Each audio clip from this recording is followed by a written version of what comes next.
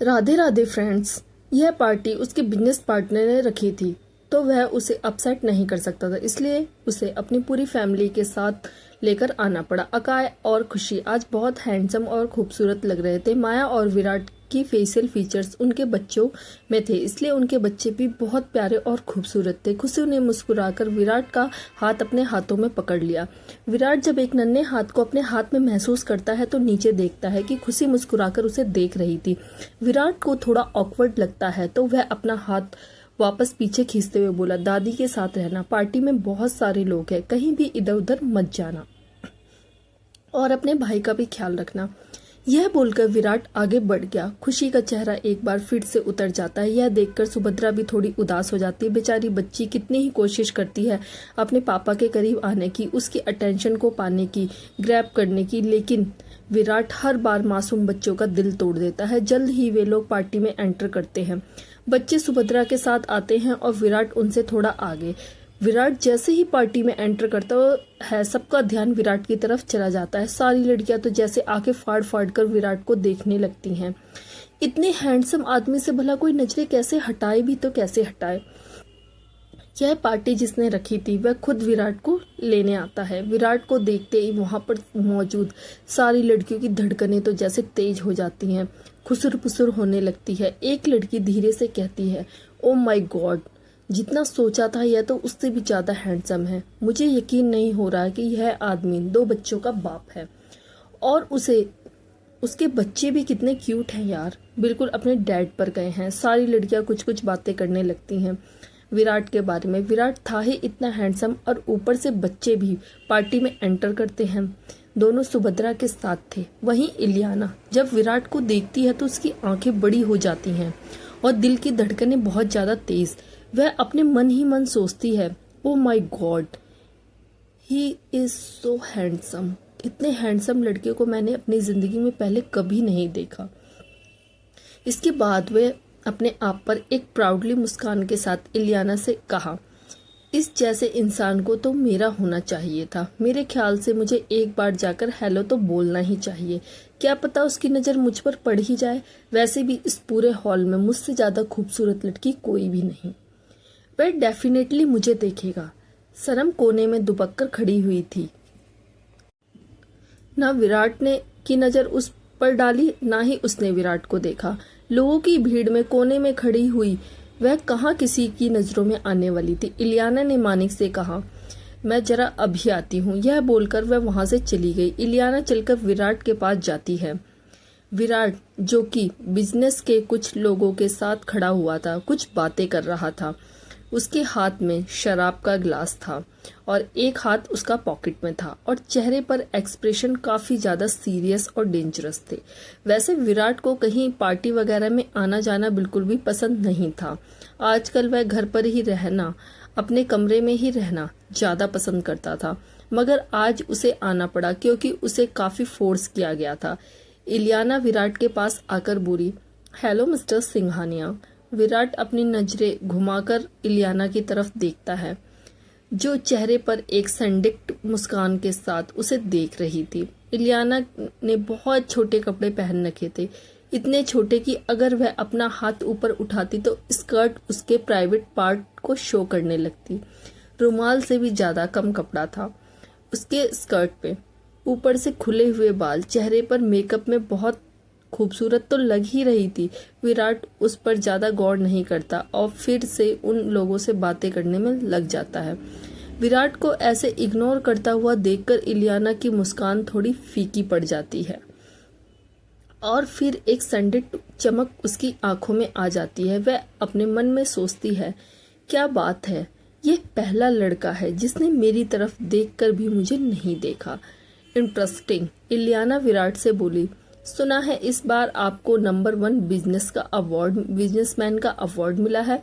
Congratulation. Hello, I am Ileana. Ileana Chaturvedi group की इकलौती वारिस और वहां के चेयरमैन की बेटी, जल्द ही वहां की होने वाली सीईओ। विराट का एक बार फिर से इलियाना की तरफ देखता है। वैसे इग्नोर कर रहा था, लेकिन यह लड़की फिर भी उसके पास आकर खड़ी हो गई। वह इरिटेट तो हो रहा था, लेकिन उसने बस हल्का सा सर हिला दिया और कुछ नहीं बोला। इलियाना ऑकवर्ड होकर अपने हाथ को पीछे करती हुई बोली, वैसे आज आप काफी हैंडसम लग रहे हैं मिस्टर सिंघानिया। आज से पहले हम दोनों कभी मिले नहीं। मैंने आपको हमेशा टीवी, इंटरव्यूज और मैगजीन में ही देखा है। पर्सनली आप काफी ज्यादा हैंडसम हैं। If you don't mind, can I have a dance with you? Virat ने सीधे सपाट शब्दों में कहा, no no thanks, I don't like dance and all. Ileana ने मुस्कुराकर कहा, कोई बात नहीं। खुशी चारों तरफ नजर घुमा रही थी। पार्टी में बहुत सारे लोग थे। सुभद्रा सोफे पर बैठी हुई थी खुशी के बगल में, और अकाय दूसरी तरफ सुभद्रा के बगल में बैठा हुआ था, जिसे सुभद्रा खाना खिला रही थी। खुशी ने पूरी पार्टी में नजर मारते हुए सुभद्रा से कहा, दादी यहाँ पर तो कितने सारे लोग हैं ना, कितना सारा शोर भी है। सबने पापा की तरह बिजनेस सूट पहन रखा है। सुभद्रा ने जवाब दिया, बेटा बिजनेस पार्टी ऐसे ही होती है। उसके बाद खुशी की नजरें इधर उधर अपने पापा को ढूंढने लगती है। पापा कहाँ चले गए, दिखाई नहीं दे रहे? खुशी ने चारों तरफ देखते हुए कहा। सुभद्रा ने जवाब दिया, वह अपने दोस्तों से मिल रहा होगा, तुम खाना खाओ। सुभद्रा खुशी को भी खाना खिलाने लगती है। अकाय मानिक की तरफ देखा, जो दुपक्कर एक कोने में चुपचाप खड़ी हुई थी। सनम को काफी डरी हुई सी लग रही थी। इतने सारे लोगों के बीच आना उसने पहले कभी नहीं किया था। उससे जो वो कपड़े जबरदस्ती पहनाए गए थे, वह उसके लिए बहुत अनकंफर्टेबल थे। आधे से ज्यादा शरीर दिख रहा था उसका। कुछ लोगों ने तो आकर उसे अप्रोच करने की कोशिश की कि वह इतनी ज्यादा डर जाती है, दुबक्कर कोने में खड़ी हो जाती है। सनम चुपचाप खड़ी हुई थी, तभी पीछे से उसकी कमर पर कोई हाथ रख देता है। सनम घबराकर पलटती है तो पीछे चेहरे पर एक संदिग्ध लेकिन बहुत बुरी ईवल मुस्कान के साथ मानिक खड़ा हुआ था, जो उसके ऊपर से नीचे बड़ी ही गंदी नजरों से देख रहा था। मानिक को वहां देखकर सनम थोड़ी घबरा गई। सनम को ऊपर से नीचे तक देखते हुए मानिक उसके करीब और बहुत करीब आया। सनम घबरा कर पीछे हुई, लेकिन वह दीवार से जा लगी थी। अब इससे ज्यादा पीछे होने के लिए जगह ही नहीं थी। मानिक दोनों तरफ हाथ रखकर उसे बड़ी हवस भरी नजरों से देखा, जैसे ही आंखों से ही खा जाएगा। मानिक सनम के ऊपर से नीचे तक देखते हुए बोला, क्या बात है, आज तो तुम बिल्कुल कहर ढा रही हो। क्या तुम्हें कभी किसी ने नहीं बताया कि तुम काफी ज्यादा हॉट हो? यह बोलते हुए मानिक सनम के बिल्कुल करीब आ जाता है। अपनी नाक को सनम की गर्दन के पास उसके बालों में घुसाकर उसकी खुशबू को अपनी सांसों में उतारने लगता है।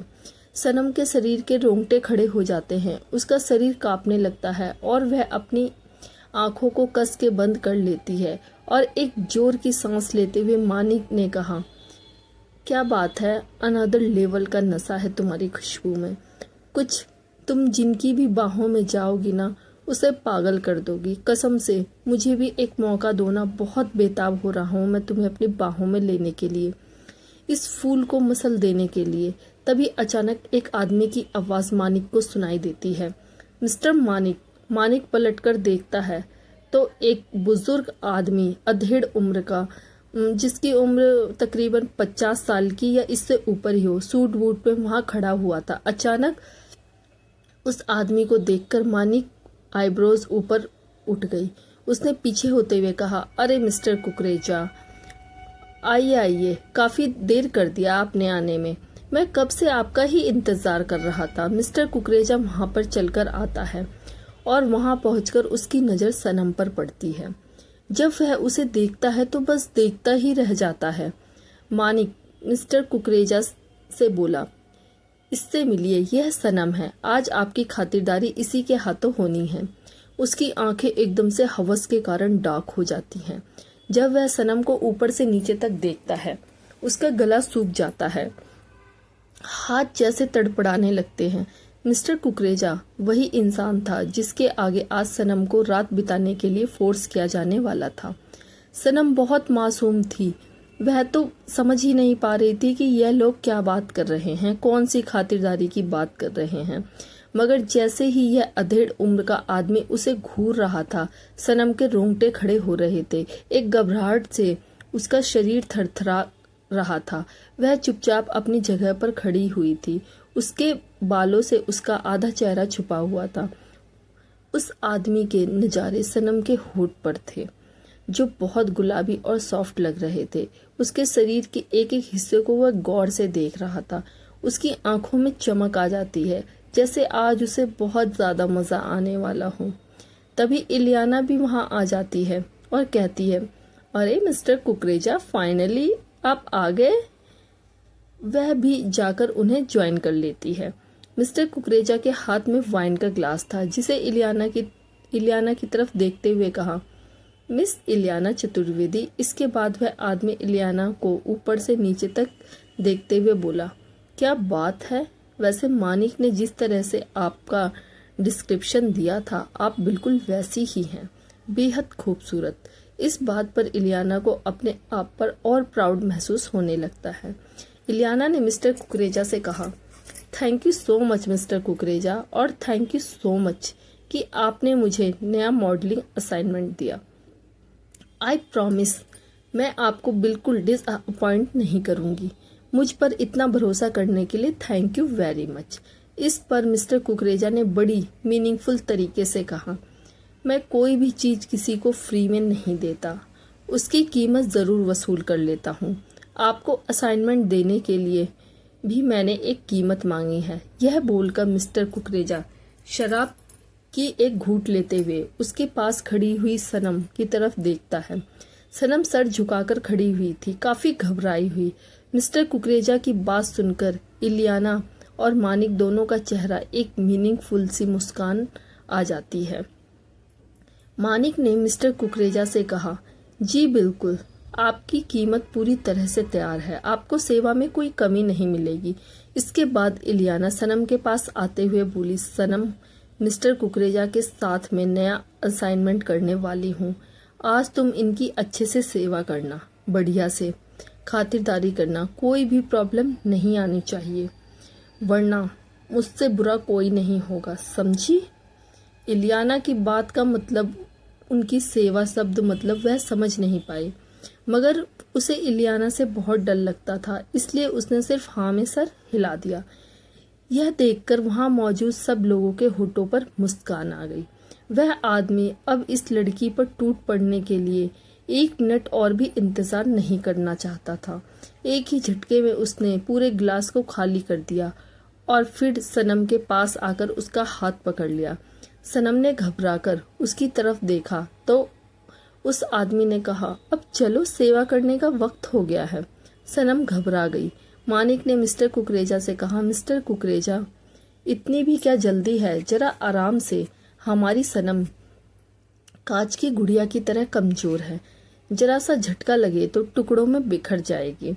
आप पहुंचो, हम इसे पहुंचा देंगे। यह बोलकर मिस्टर कुकरेजा ने कहा, जल्दी करो, मैं अब और इंतजार नहीं कर सकता।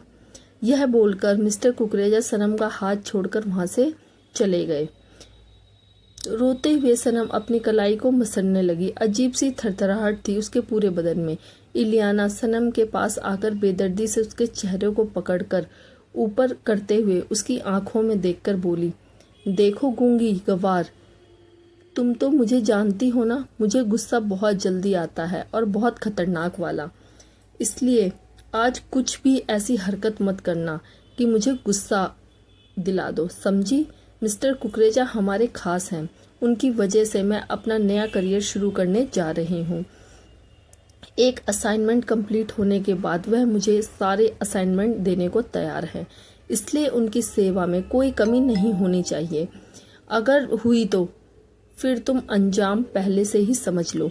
सनम घबरा गई, उसकी आंखों में आंसू आ गए। इलियाना ने उसे हमेशा जानवरों की तरह मारा पीटा। उसके बदन पर हजारों ऐसे निशान होंगे जो बहुत दर्द की कहानी बयां कर रहे होंगे। मानिक ने इलियाना से बोला, तुम चिंता मत करो, मैं इसे सही जगह पर पहुंचाकर आता हूँ, तुम पार्टी एंजॉय करो। यह बोलकर मानिक सनम का हाथ पकड़कर बोलो, चलो बेबी डॉल, तुम्हें सही जगह पर पहुंचा दूं। यह बोलकर मानिक सनम का हाथ पकड़कर उसे वहां से ले गया। दूसरी तरफ आकर अकाय देर तक खुशी और अपनी दादी के पास बैठा रहा। वह आसपास नजर घुमा रहा था, हर चीज को देखने की जिज्ञासा हो रही थी। ऐसे क्लब में वह पहली बार गया था। उसने बहुत सारे लोगों को देखा, वहां नाचने गाने मस्ती मजाक कर रहे थे। फिर उसे अचानक से एक बिल्ली का छोटा सा बच्चा दिखाई देता है, जिसे देखकर वह मुस्कुरा देता है। वह बच्चा थोड़ी सी ही दूरी पर एक अंधेरे से कोने में मौजूद था। सुनहरे कलर का, बहुत ही खूबसूरत और बहुत ही क्यूट, प्यारा सा छोटा सा नन्हा सा बिल्ली का बच्चा। उसे बच्चों को देखकर अकाय उसकी तरफ इतना अट्रैक्ट हो गया कि खुद को उसके पीछे जाने से नहीं रोक पाया। वह सोफे से उठा और उस बिल्ली के बच्चे के पास जाने लगा। सुभद्रा और खुशी का ध्यान बिल्कुल भी उसकी ऊपर नहीं था, इसलिए वह आराम से वहां से चला गया। वह बिल्ली के बच्चे की तरफ दौड़ता है, लेकिन अंधेरे की साइड वह बिल्ली का बच्चा वहां से चला जाता है, लेकिन जाकर उसका पीछा करते हुए वहां उसे फॉलो करने लगता है। खुशी और सुभद्रा वहां पर बैठे हुए थे। तभी अचानक सुभद्रा अपने पीछे देखती है। वह यह देखकर चौंक जाती है कि जहां पर अभी अभी अकाय बैठा हुआ था, वह जगह बिल्कुल खाली है। वह वहां पर नहीं है। यह देखकर सुभद्रा हैरान हो जाती है। अकाय कहाँ चला गया? सुभद्रा की बात सुनकर खुशी भी उसकी तरफ देखती है, मगर उसे अपना भाई कहीं पर भी नजर नहीं आता। वह दोनों चारों तरफ नजर मारती हैं, पर उन्हें अकाय कहीं पर भी दिखाई नहीं दे रहा था। खुशी ने सुभद्रा से बोला, भाई कहाँ चला गया दादी? क्या मैं पापा को बोलूं कि अकाय कहीं चला गया है? सुभद्रा ने कहा, नहीं, उसकी जरूरत नहीं है, यहीं कहीं गया होगा। मैं अभी उसे ढूंढ कर लेकर आती हूँ। अपने पापा को मत बताना, वो परेशान हो जाएगा। खुशी हाँ में सर हिलाती है। सुभद्रा ने कहा, मैं उसे ढूंढ कर लाती हूँ, यहीं कहीं गया होगा। तब तक तुम यहाँ से हिलना मत, ठीक है? खुशी फिर से हाँ में सर हिलाकर बोली, ठीक है दादी। उसके बाद सुभद्रा अकाय को ढूंढने के लिए चली जाती है और खुशी वहीं पर बैठी रहती है। सनम को जल्द ही सब आदमी के कमरे में लेकर मानिक दरवाजे के बाहर खड़ा हो जाता है।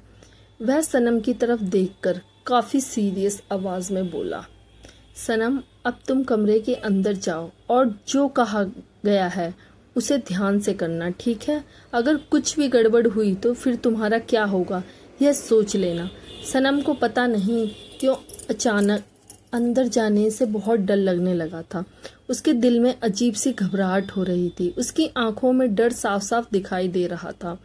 सनम को इतना घबराया हुआ देखकर मानिक उसके करीब आता है और चेहरे के ऊपर करके उसकी आंखों में देखकर एक शैतानी सी मुस्कान के साथ कहता है, डरो मत, कुछ नहीं होगा, बस उस आदमी की सेवा ही तो करनी है तुम्हें। तुम उसकी सेवा करोगी तभी तो हम लोगों को वो मेवा मिलेगा, है ना? अब जो अच्छे बच्चे की तरह सनम ना में सर हिला लेती है, क्योंकि उसे पता नहीं कि क्यों उसे बड़ा डर लग रहा था, क्योंकि ऐसे करता हुआ देखकर मानिक के एक्सप्रेशन खराब हो जाते हैं। वह तुरंत सनम का गला अपने हाथ में पकड़ लेता है। सनम की आंखें बड़ी हो जाती हैं और चेहरे पर हॉरिफाइड एक्सप्रेशन आ जाते हैं। मानिक सनम का गला पकड़े हुए बोला, प्यार से समझा रहा हूं तो नखरे कर रही हो? समझ नहीं आ रहा है क्या तुम्हें? चुपचाप अंदर जाओ और जैसा वह कहते हैं वैसा करो। अगर गलती से भी जरा सी भी होशियारी करने की कोशिश की तो तुम्हारी चमड़ी उधेड़ने में ज्यादा वक्त नहीं लगेगा। सनम की आंखों से आंसू टपक जाते हैं। उसके बाद मानिक उसका हाथ पकड़कर दरवाजा खोलकर उसे अंदर धकेल देता है और उसके बाद दरवाजा बंद करके अपने हाथों को झाड़ते हुए मुस्कुराते हुए कहता है, गुड लक। मानिक वहां से चला जाता है। सनम अंदर एकदम से धकेल दी जाती है तो वह जमीन पर गिर जाती है। तभी अचानक उसके पास 2 कदम चलकर आते हैं और उसके सामने आकर खड़े हो जाते हैं। घबरा कर सनम धीरे धीरे ऊपर की तरफ देखती है। उसकी सांसें हलक में अटक जाती हैं जब वह उसे बुढ़ा बुजुर्ग आदमी अपनी आंखों के सामने दिखाई देता है। अधेड़ उम्र का वह आदमी चेहरे पर बड़ा ही हवस का दरिंदा लग रहा था। सनम को महसूस हो रहा था कि आज उसके साथ कुछ बड़ा होने वाला है। उसकी आंखों से आंसू टपक रहे थे, दिल की धड़कनें तेज हो रही थी और मानो गला सूख गया था। वह आदमी झुककर सनम को जमीन से उठाते हुए बोला, अरे अरे, गिर गई, जरा संभल कर मेरी जान, तुम्हारा ये नाजुक सा शरीर कहीं टूट ना जाए, अभी तक तो मैंने तुम्हारा स्वाद भी नहीं चख पाया हूँ। वह आदमी सनम के करीब आने लगता है। सनम को बहुत घबराहट होती है और पीछे होने लगती है। वह आसपास देखती है कि पूरे कमरे में वह और यह आदमी दोनों ही अकेले थे। यह आदमी ने कोट निकाल दिया था, सिर्फ शर्ट पहन रखी थी। टेबल पर रखी हुई शराब की बोतल बता रही थी कि इसने काफी शराब पी ली है। इसकी आंखें नशे के कारण लाल हो गई थी, लेकिन फिर भी उसने हवस साफ साफ दिखाई दे रही थी। अपनी दाढ़ी को खोदते हुए वह आदमी सनम के करीब आते हुए बोला, घबरा क्यों रही हो? देखो, मुझे इतना घबराने की जरूरत बिल्कुल भी नहीं है। मैं तुम्हें बिल्कुल भी हर्ट नहीं करूंगा। अगर तुम्हें नखरे किए ना तो मुझसे जो कुछ भी चाहिए आराम से दे दो और उसके बाद मैं तुम्हें जाने दूंगा।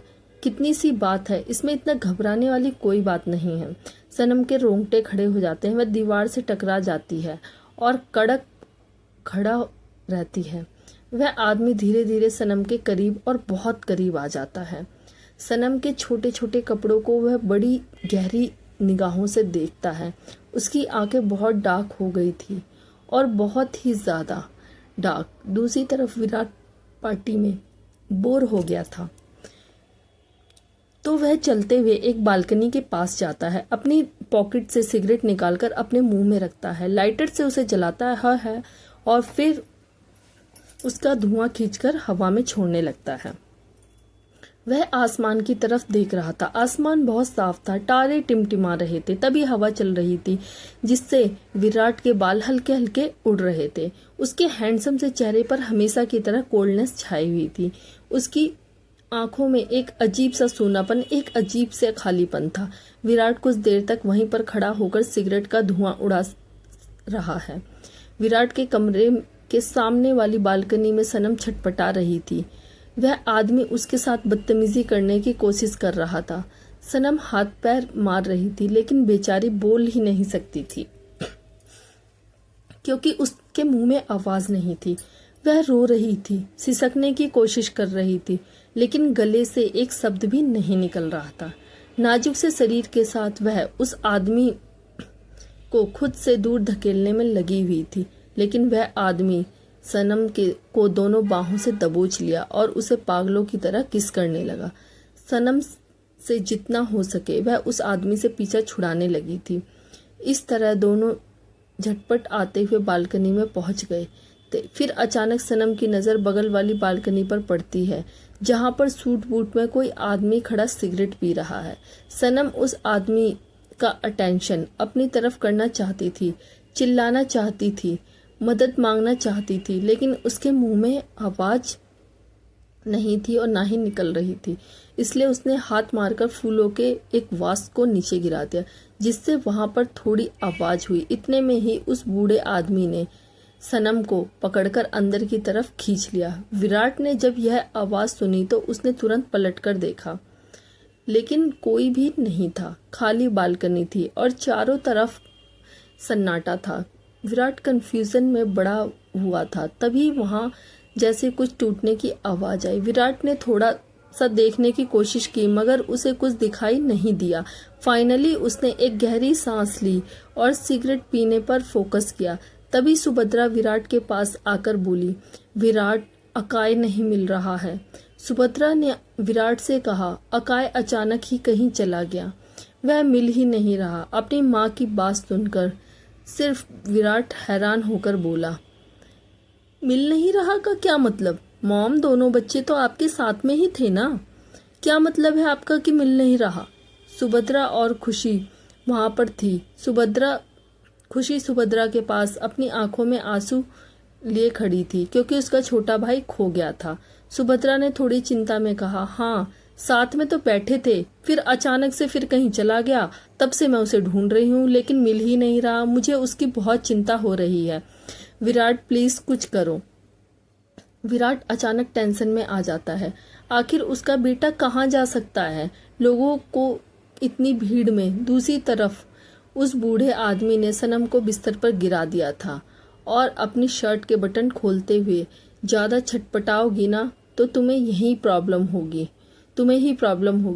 प्यार से कह रहा हूँ, मान जाओ, वरना जबरदस्ती करने से तो मुझे कोई रोक नहीं सकता। वैसे भी जबरदस्ती भी ठीक है, पंजे कर मारने वाली बिल्लियां को काबू करने में एक अलग ही मजा है। यह बोलकर वह आदमी सनम के ऊपर कूद पड़ता है। सनम बगल से निकलकर भागने लगती है, लेकिन वह आदमी उसके हाथों को कस के पकड़ लेता है। बिस्तर से लगाकर वह सनम से बोलता है, इतनी आसानी से नहीं, कीमत दी है, मैं तुम्हारी पूरी वसूल करके रहूंगा। रो रो के सनम का बुरा हाल था। वह सामने के गिड़गिड़ा रही थी हाथ जोड़कर, मगर वह आदमी मान ही नहीं रहा था। उसने सनम की गर्दन और उसके सीने पर किस करने शुरू कर दिए। सनम को बहुत दिक्कत हो रही थी। उसे समझ में नहीं आ रहा था कि वो क्या करे, कैसे बचे, कैसे खुद को बचाए इस हैवान से। सनम उसे जोर से धक्का देती है और वहां से भागने लगती है। वह जैसे ही दरवाजे तक पहुंचती है, वो आदमी फिर से उसके बाल पकड़कर पीछे खींच लेता है। सनम को बहुत ज्यादा दर्द होता है। फिर वह उसे जमीन पर फेंक देता है। टेबल पर सनम का जोर लगता है और उसके सर से खून आना शुरू हो जाता है। उस आदमी ने काफी गुस्से भरी आवाज में अपनी शर्ट निकालते हुए कहा, बहुत ज्यादा छटपटा रही हो, अब तुमने मेरा दिमाग खराब कर दिया है। लगता है तुम ऐसे नहीं मानोगी, तुम्हें सबक सिखाना होगा। वह आदमी सनम के करीब आने लगता है। सनम बहुत ज्यादा घबराई हुई थी, बहुत ही ज्यादा। वह आदमी उसे पकड़कर उठा लेता है, उसे चूमने लगता है। सनम को इतना ज्यादा घिन आ रही थी कि बस उस आदमी से खुद को दूर करना चाहती थी। तभी सनम के हाथ पर वहां पर रखी हुई एक बोतल लग जाती है। बिना कुछ सोचे समझे वह उस बोतल को उस आदमी के सर पर इतनी जोर से मारती है कि वह बोतल टूट ही जाती है। वह आदमी दर्द से चिल्ला देता है। उसके सर से बहुत सारा खून निकलने लगता है। वह आदमी सनम से चिल्लाकर बोलता है, पागल लड़की, यह क्या किया तुमने। सनम घबराकर तुरंत दरवाजे के पास पहुंच जाती है। वह दरवाजा खोलती और वहां से भाग जाती है। वह आदमी गुस्से में बोलता है, इतनी आसानी से तो नहीं जाने दूंगा तुम्हें। वह भी सनम के पीछे पीछे उसे ढूंढने के लिए भाग जाता है। सनम भागते भागते एक ऐसी जगह पर आ जाती है जो काफी सुनसान थी। वहां पर कुछ कमरे मौजूद थे, हल्का अंधेरा भी था और काफी सन्नाटा भी था। इसलिए वह घबराकर भागती हुई उसे जो भी कमरा खुला हुआ दिखाई देता है वह उस कमरे के अंदर घुस गई और कमरे में को वहां से अंदर से बंद कर लिया। वह आदमी ढूंढता ढूंढता वहां पर पहुंचा और आसपास देखने लगा। वह बड़बड़ाया, कहाँ चली गई, जहां भी गई होगी छोड़ूंगा नहीं उसे। उसके बाद वह आदमी ढूंढ ढूंढ कर उसे वहां से चला गया। सनम कमरे के अंदर बैठी हुई थी, दुबककर अपने घुटनों को अपने हाथों में पकड़कर दीवार से टकराकर नीचे बैठी हुई थी। उसका पूरा शरीर कांप रहा था और आंखों से आंसू बह रहे थे। डरी हुई सनम कुछ देर तक वहीं पर बैठी रहती है। तभी अचानक से उसे किसी के रोने की आवाज सुनाई देती है। ऐसा लग रहा था जैसे कमरे में उसके अलावा कोई और भी है जो रो रहा है। कमरे में पुराना सामान रखा हुआ था, जैसे ये कमरा कोई स्टोर रूम हो। सनम हैरान हो जाती है। उसके चारों तरफ देखा, मगर उसे किसी छोटे बच्चे की रोने की आवाज बार बार सुनाई दे रही थी। उसे समझ नहीं आ रहा था कि यहाँ पर कौन है। घबराई हुई तो वो पहले से ही थी, मगर इस आवाज ने उसके ध्यान को अपनी तरफ खींच लिया।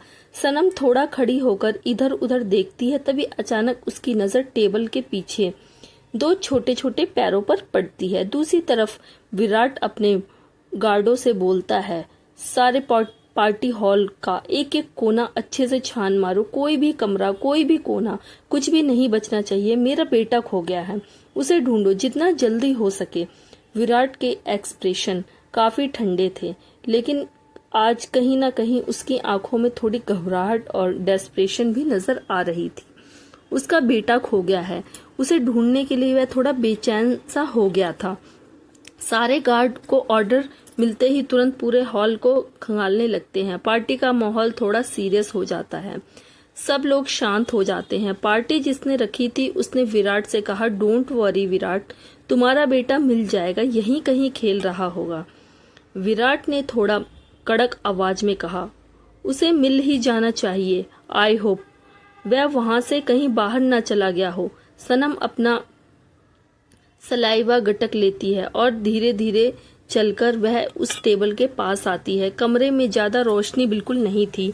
वह थोड़ी सी रोशनी थी जो टेबल के पास चांद सी रोशनी बिखेर रही थी, जो वहां से रोशनदान के जरिए अंदर आ रही थी। सनम उसे टेबल के दूसरी तरफ देखती है तो चौंक जाती है। एक नन्हा सा छोटा सा बच्चा दुबक कर बैठा हुआ और डरा हुआ था। घुटनों में सर को देकर अपने हाथों से उसे छुपाते हुए रो रहा था। अचानक इतने छोटे बच्चे को यहाँ पर रोता हुआ देखकर सनम की हैरानी का कोई ठिकाना नहीं रहता। वह धीरे धीरे बैठी और अपने हाथों को आगे बढ़ाकर नन्हे से बच्चे के पैर को छूती है। अचानक किसी का टच महसूस करके वह बच्चा एकदम से रोना बंद कर देता है और घबराई हुई सी आंखें खोलकर नजर उठाकर देखता है। सनम उसे कंफ्यूजन में देख रही थी, मगर जैसे ही वह बच्चा सनम को देखता है तो उसकी आंखें बड़ी हो जाती हैं। अचानक उसकी आंखों में चमक आ जाती है और वह एकदम से सनम से चिपककर कहता है, मम्मा। अकाय ने अचानक सनम को अपनी मम्मा बोला और उसे जाकर चिपक गया।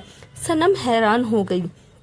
असल में हुआ यह, अकाय ने जब अपनी आंखें खोलकर अपने सामने सनम को देखा तो अचानक उसके रोशनी में, चांद की रोशनी में चमकते हुए खूबसूरत से चेहरे में उसे अपनी माँ का चेहरा दिखाई दिया, जो सही भी था क्योंकि सनम माया की बिल्कुल हमशक्ल है। अकाय ने जब उसे देखा तो उसे लगा कि उसकी मम्मा है और उसने लपक कर उसे पकड़ लिया। उसे सीने से लग गया क्योंकि वह पहले से ही काफी ज्यादा डरा हुआ था।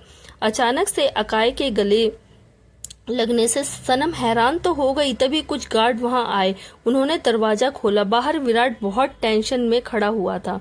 उसका बेटा गुम हो गया है और अभी तक नहीं मिला। यह बात उसे बहुत ज्यादा परेशान कर रही थी। तभी एक गार्ड ने भागकर विराट के पास आकर कहा, सर, लिटिल मास्टर मिल गए हैं। अचानक से गार्ड की बात सुनकर विराट की आंखों में थोड़ी राहत की चमक आ गई। सुभद्रा और खुशी भी एकदम से खुश हो जाते हैं। सुभद्रा की राहत की सांस लेते हुए कहा, शुक्र है। कहाँ गया अकाय? जल्दी से लेकर आओ उसे। एक गार्ड डायरेक्शन में इशारा करता है तो वह लोग देखते हैं कि कोई लड़की अकाय को अपनी गोद में उठाकर उसकी तरफ लेकर आ रही है। अकाय उसकी गोद में ऐसे चिपका हुआ था जैसे कोई डरा हुआ बच्चा अपनी माँ से चिपक जाता है और उसे छोड़ने का नाम नहीं ले रहा था।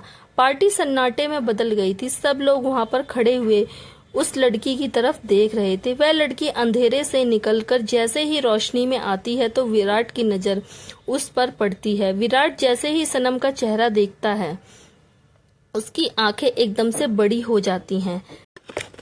सनम का चेहरा बिल्कुल माया के जैसा था। यह देखकर वह चौंक गया।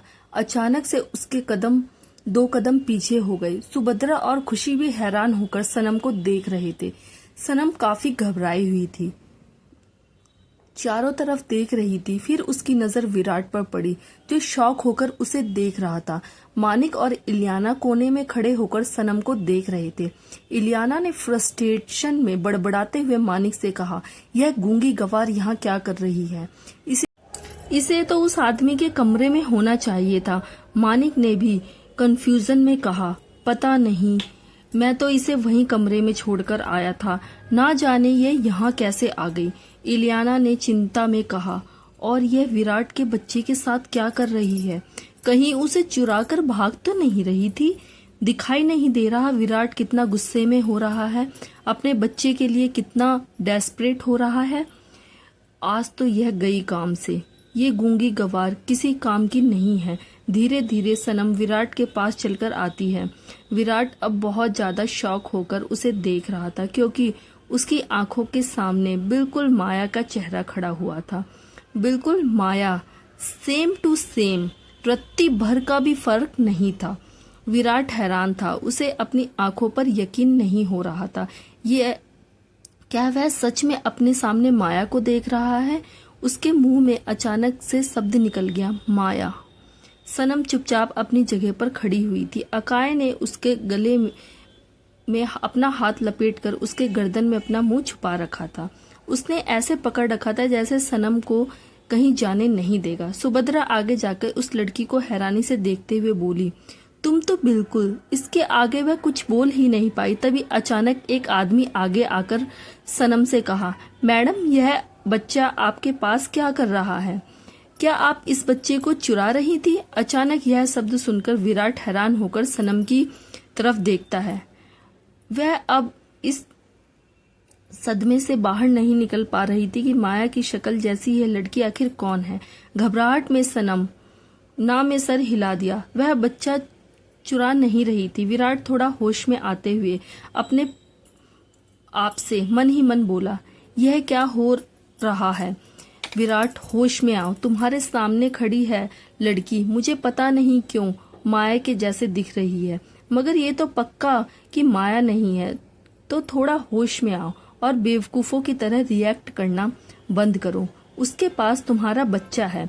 विराट होश में आता है और उसके एक्सप्रेशन थोड़े ठंडे हो जाते हैं।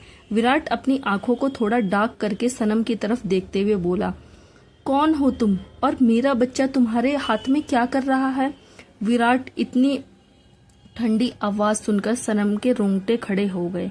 तभी वहां पर खड़े कई लोगों में से एक ने कहा, अरे यह तो इलियाना के साथ आई थी ना। अचानक से यह सुनकर इलियाना के भी रोंगटे खड़े हो जाते हैं। वह यह नहीं बताना चाहती थी कि यह गूंगी गवार उसके साथ आई है, वरना तो कहीं विराट उसके पीछे ना पड़ जाए। एक तो पता नहीं इस गूंगी ने क्या कर दिया। सब लोग इलियाना की तरफ देखते हैं। इलियाना थोड़ा ऑकवर्ड होकर बोली, लेकिन मुझे नहीं पता ये बच्चा इसके पास क्या कर रहा है। विराट सनम की तरफ देखता है जो थोड़ी घबराई हुई थी। वह आगे बढ़कर अपने बेटे को उसकी गोद से उतारकर अपनी तरफ खींच लेता है। तभी वह देखता है कि अकाय कोई हलचल नहीं कर रहा। यह देखकर वह चौंक जाता है कि अकाय बेहोश हो गया है। क्या वह बहुत डर की वजह से? उसे बेहोश देखकर विराट ने बहुत कड़क आवाज से सनम की तरफ देखकर पूछा, क्या किया तुमने मेरे बेटे के साथ? वह बेहोश कैसे हो गया?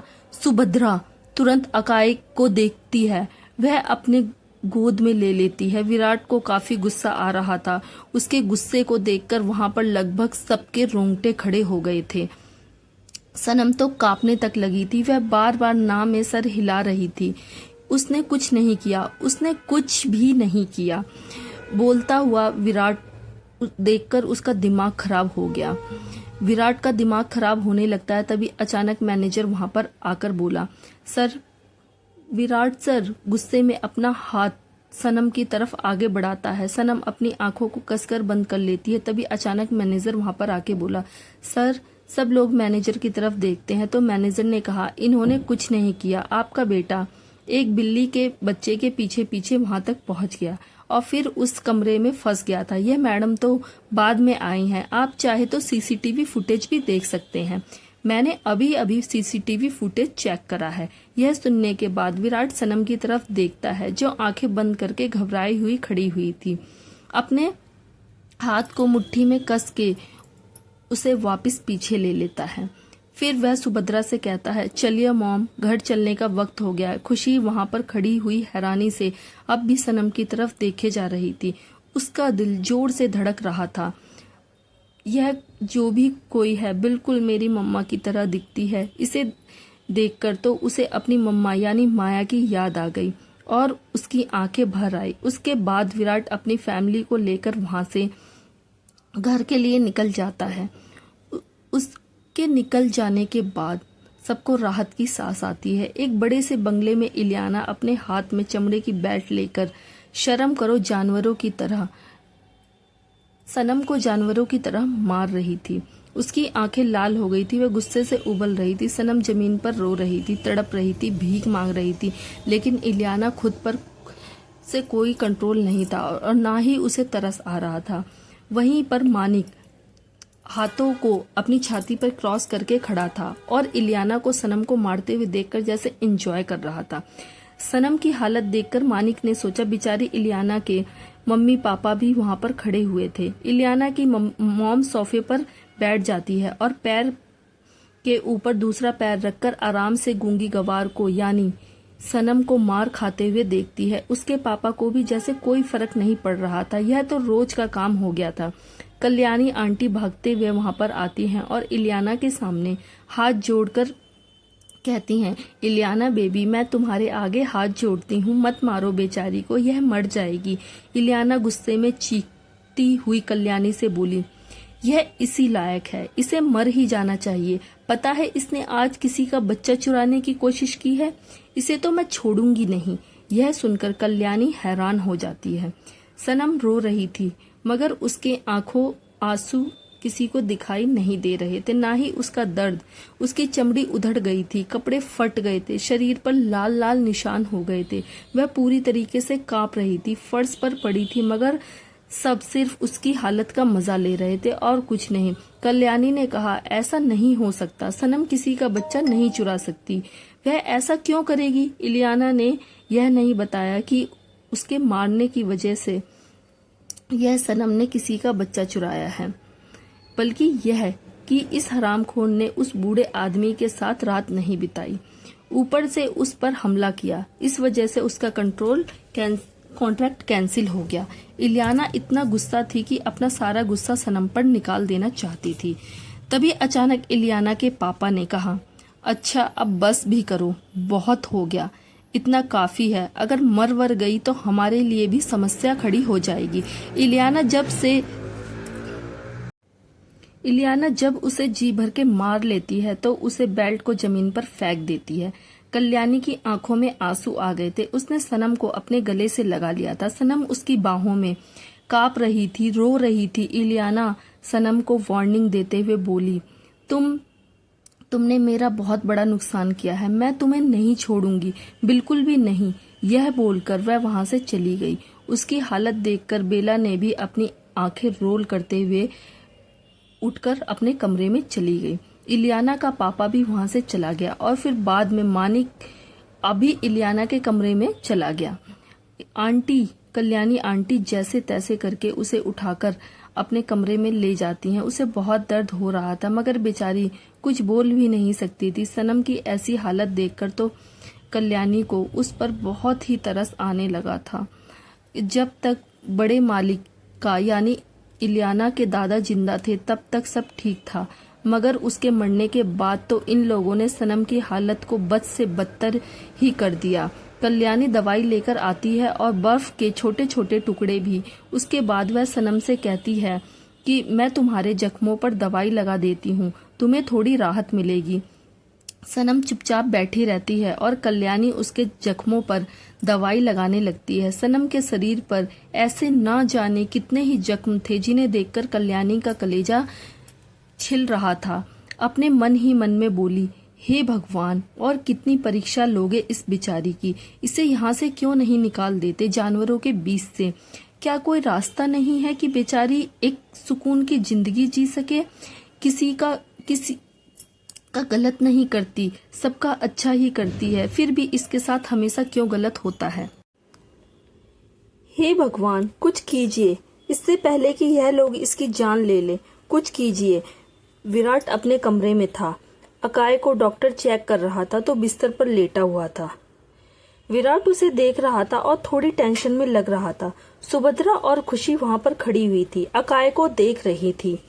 अकाय, उसके बेहोश होने का राज उन्हें समझ में ही नहीं आया।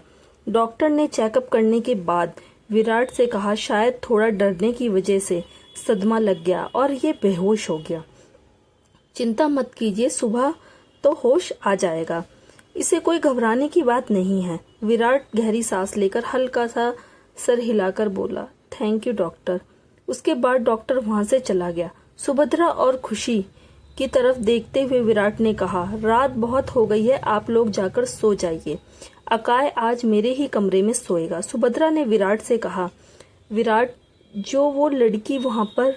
विराट ने तुरंत ही बीच में बात काटते हुए कहा, मैं जानता हूँ आप लोग क्या सोच रहे हो, मगर उसकी सिर्फ शक्ल ही माया से मिलती है, वह मेरी माया नहीं है, आप लोग जाकर सो जाइए। इसके आगे सुभद्रा और खुशी कुछ नहीं बोल पाते, वहां से चले जाते हैं। उनके चले जाने के बाद विराट कुछ देर तक खड़ा रहता है और फिर अकाय के पास आकर बैठकर उसके चेहरे को देखने लगता है। विराट अपने ऑफिस में बैठा हुआ था, काफी सीरियस लग रहा था। वह मीटिंग हॉल में था बीच वाली चेयर पर बैठा हुआ था। उसके सामने बड़ी सी टेबल थी। उसके लेफ्ट और राइट में बहुत सारी चेयर और उन पर बहुत सारे प्रोफेशनल लोग बैठे हुए थे अपने सूट बूट में। सामने प्रोजेक्टर पर कुछ स्लाइड चल रही थी और एक इंसान उन स्लाइड को थोड़ा एक्सप्लेन कर रहा था।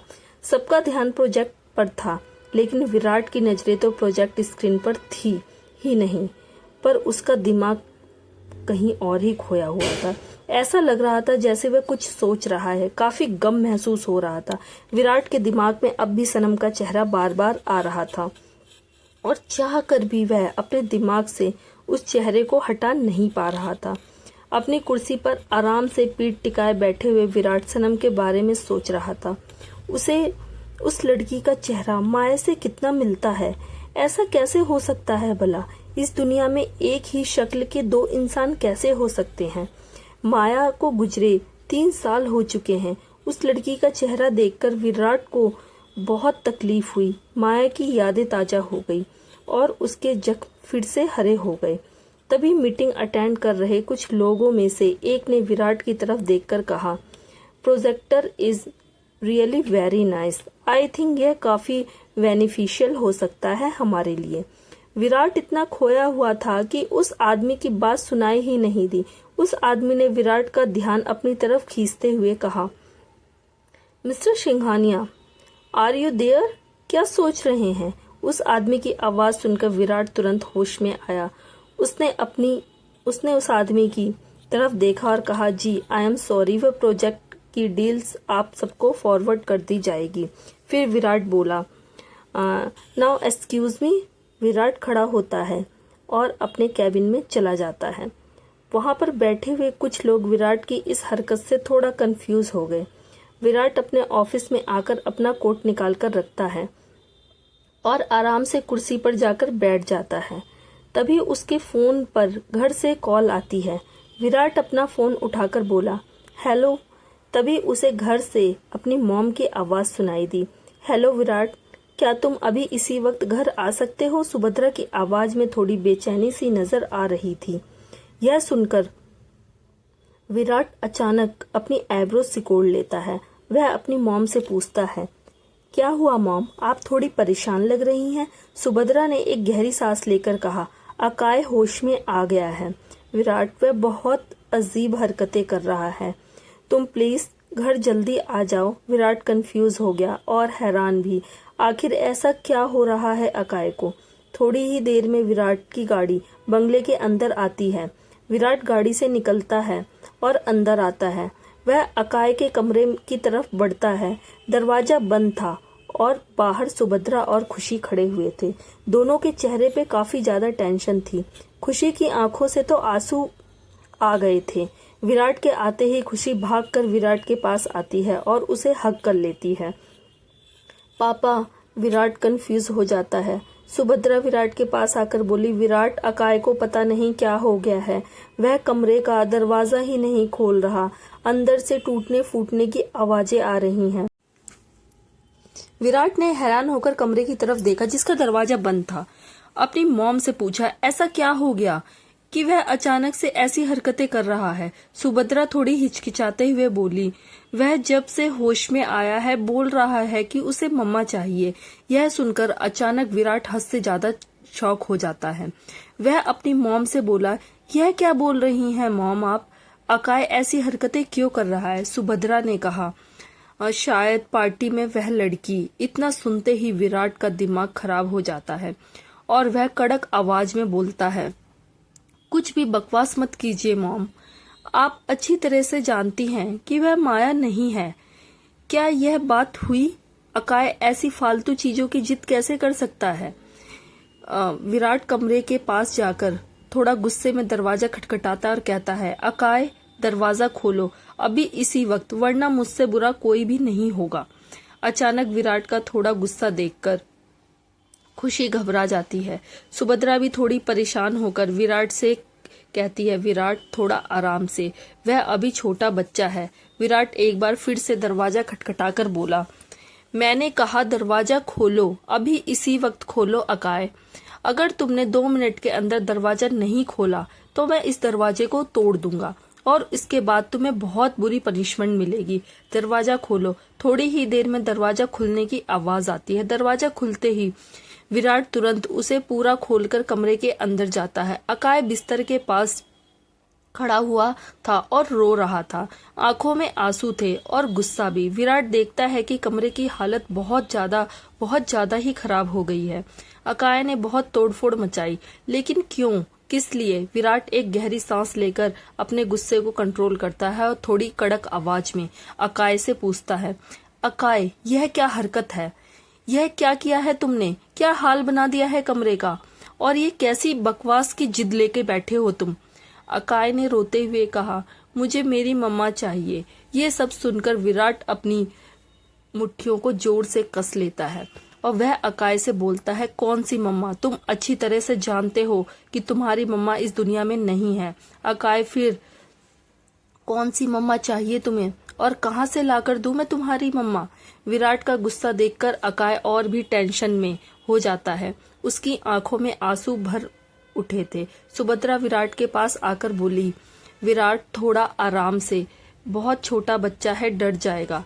विराट अपनी मॉम की तरफ देखते हुए बोला, नहीं मॉम, अकाय इतना भी छोटा बच्चा नहीं है कि ऐसी फालतू की जिद करे। वह अच्छी तरीके से जानता है कि उसकी मम्मा इस दुनिया में नहीं है, फिर ऐसी जिद करने का क्या ही मतलब हुआ? अकाय ने रोते हुए कहा, नहीं, मुझे मेरी मम्मा चाहिए, मुझे मेरी मम्मा चाहिए, मुझे मेरी मम्मा चाहिए। अकाय जोर जोर से चिल्लाने लगता है।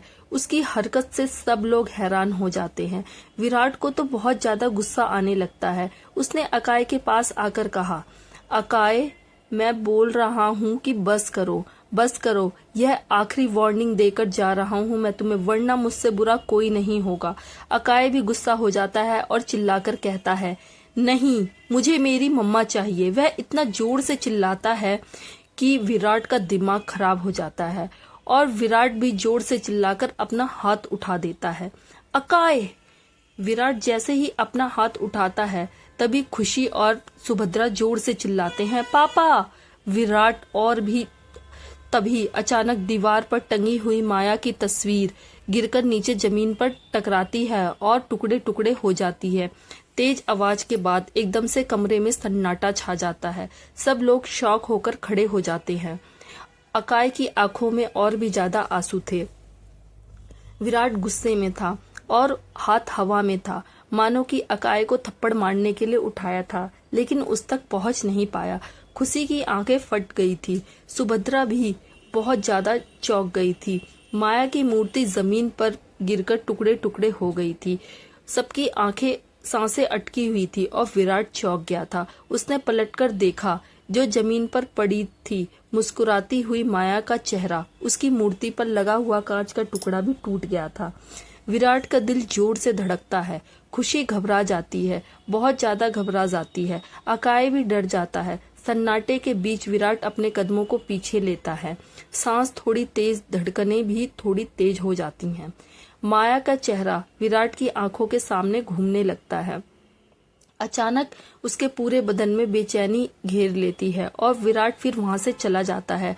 कुछ देर के सन्नाटे के बाद खुशी और अकाय रोने की आवाज कमरे में गूंजने लगती है और सुभद्रा हैरान थी, बहुत ज्यादा हैरान थी। विराट ने ऐसा काम आज तक कभी नहीं किया। उसने अपने बेटे पर हाथ उठाने की कोशिश की।